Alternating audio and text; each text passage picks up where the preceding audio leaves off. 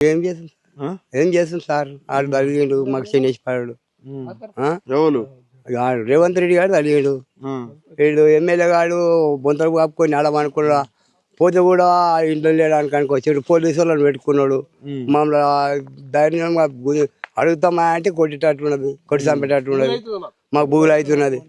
వీడు రేవంత్ రెడ్డి గారు వస్తా అంటాడు ప్రజలను పాలన చేస్తా అంటే ఈడ ఎమ్మెల్యే అంటే ఆడు రాడు ఈడు రాడు మేము కొనాకు మందు తంపి కలం ఉన్నది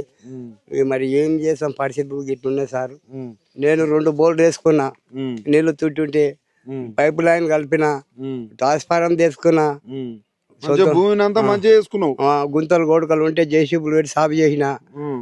నాకు ఉన్న కాడికి మొత్తం పోతున్నది ట్రాన్స్ఫారం కూడా అన్ననే పోతా అంత అన్ననే పోతున్నది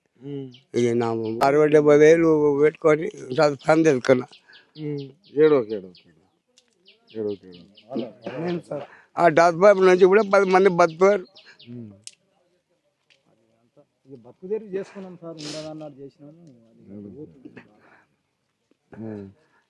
అంటే మా తాతలు ముత్తాతలు ఇచ్చిన భూములు మీరు ఎట్లా తీసుకుంటారు ఈ వయసులో భూమి పోతుందంటే ఏడుపు బాధ ఆ కేజీఆర్ కాలం మొక్కాలే మా పిల్లలకి ఇంత కళ్యాణం రాజ్యం ఇచ్చిండు అన్ని ఇచ్చిండు దవాఖానలు ఇచ్చిండు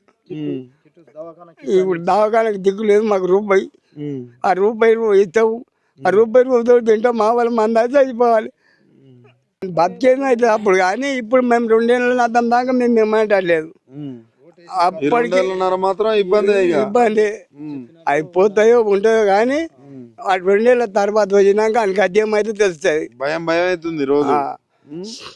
ఎప్పుడు పోతుందో ఎప్పుడు తీసుకుంటారో అనే భయంతో ఉన్నారు అరే సార్ మగదన్న చూడిపోయి మా పాలు తిప్పలబాటు చెప్పు అందరూ తిప్పలబాటు ఎట్లా చూడిపో ఇంటింతలా చెరుకు వచ్చింది ఏం చేస్తా అంత దొంగతనం తీసుకొని వేసుకున్నా దుకాణాలు లేకపోతే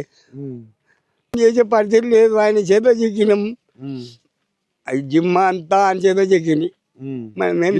అనుకున్నారా మేము అనుకోలేము సార్ కళ్ళు కూడా అనుకోలేము